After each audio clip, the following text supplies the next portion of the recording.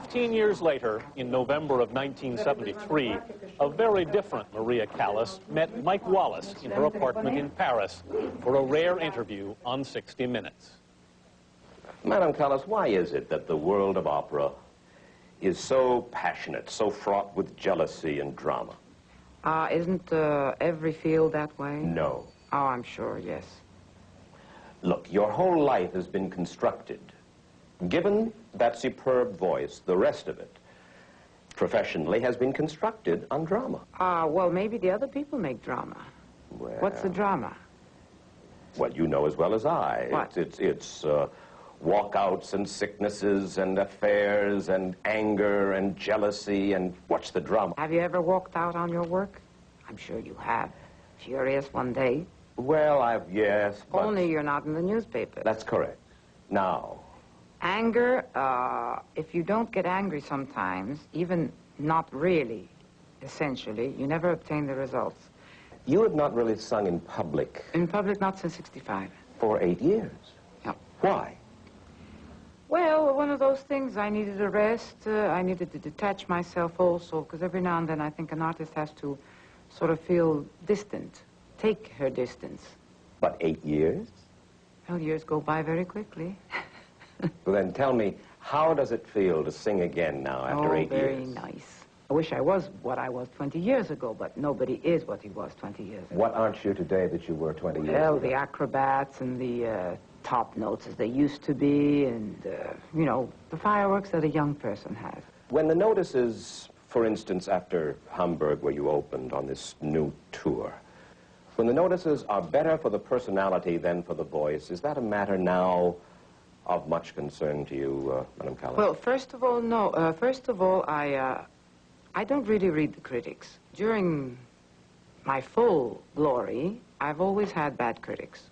But you yourself know that your voice is not what it was. The fact that I have made a career without having public relations, without having to bribe certain newspaper men, or to build up an image of mine, that has made things more difficult. Who bribes newspaper men? Oh, many artists. No. Oh, yes. How do you mean bribe? Well, sort of, you know, they give them either an invitation or they send a certain amount of money.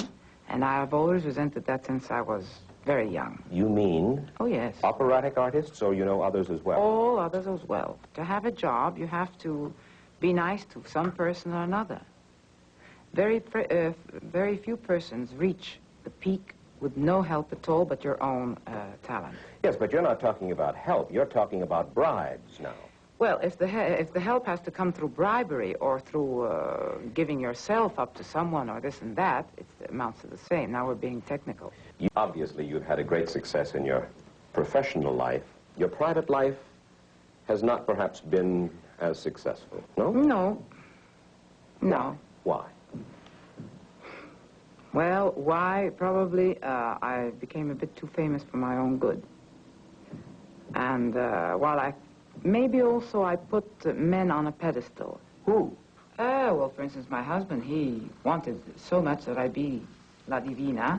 For instance, he was taking things out on people as he was nothing special. If your husband was nothing special, why did you marry him in the first place? He was a good person, I thought. And if you have as my home family was not, with my mother, I was not well off, and I was alone, and I felt that this person really loved me. But I'm afraid that he loved what I represented.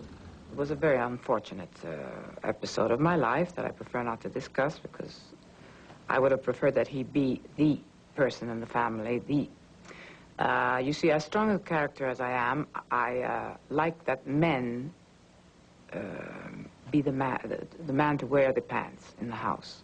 In private life, I'm quite timid. I'm what shall we say, a little Greek girl born in America that believes that a woman has to be quite honest.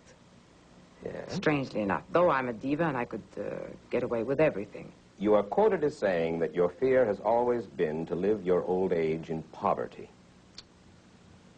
No, I've never said that. Misquotation. Misquotation.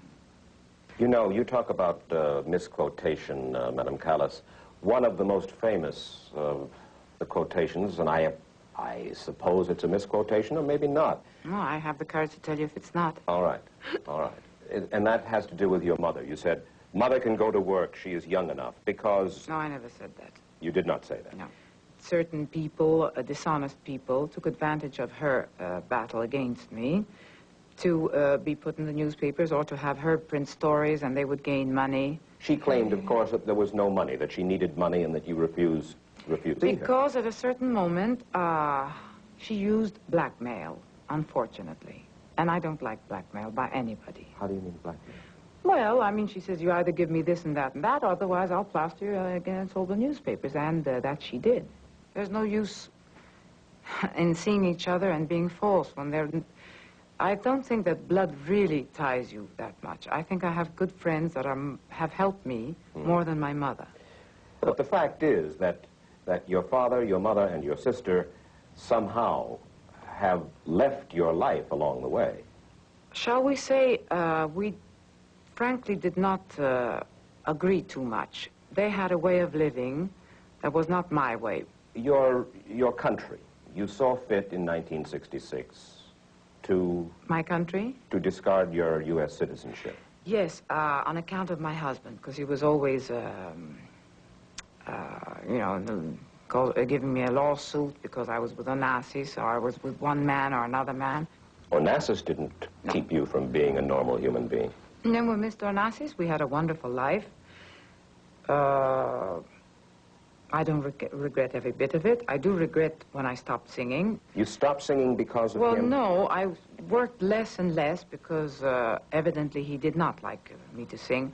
If a person is in love, he does not want to see you on stage. That is comprehensible. One hears that Mr. Onassis has been very kind in advising you financially, which has made you a very rich woman. Sometimes you manage to make a decision at the right moment, and it happens to go well. Then the decision is right. But he has advised me sometimes, and things have not gone well. This is a very sumptuous place that you have here. You must be an exceedingly wealthy woman, no? Exceedingly wealthy? No. I've always said that for the rich people, I'm very poor. And for the poor people, I'm quite rich. Well, I just live with nice things that I have had, bought little by singing, because I have earned a fortune. Little fortune, not that much, because we singers don't earn the money that Frank Sinatra or people like that earn. We earn much less. Let's come back to Onassis. He is still a friend. Of course. And Mrs. Onassis? I have not met her yet. Why? Oh, I wouldn't know. You would like to? I wouldn't mind, but at this stage of game, I don't know. Why don't you ask her? Certainly this must be a subject of some discussion between you and Mr. Onassis. You must say to him... Not. You never say, Ari, tell me, Jackie refuses to meet me. Why? She refuses. Any regrets about the Onassis?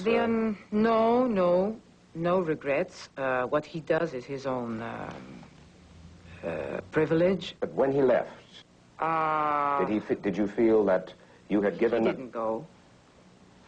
He didn't go. We had just decided that that I would resume my own life. Ah. Were you happy to see him marry Jacqueline Kennedy? I would be happy to see him happy under any circumstances. And if he's happy with Jackie, I'm more than happy for him. Is he? That's not for me to say. That's only for him to say. Do you know what I think? I think you're still in love with Onassis. Well, I think in some way both of us probably are in love because we have led a beautiful life together, and I think both of us understand each other as nobody. But at a certain stage, love becomes different. If Ari Onassis said, Maria, come on, just the two of us, in the declining years. I don't know. I haven't even thought of that. You see, if I was brought to a stage that I left him, that meant that the deep core of the thing, I really didn't love him anymore. Wait just a second. You had a husband. And I had a lover. And you had a lover. And that's that. You've had your husband, you've had your lover. There are not very many men that can be near me. Why? It's a sort of it could be a handicap to be famous. Right. It's a sort of it could be a handicap to be famous. You mean you're a man-eater? No. No.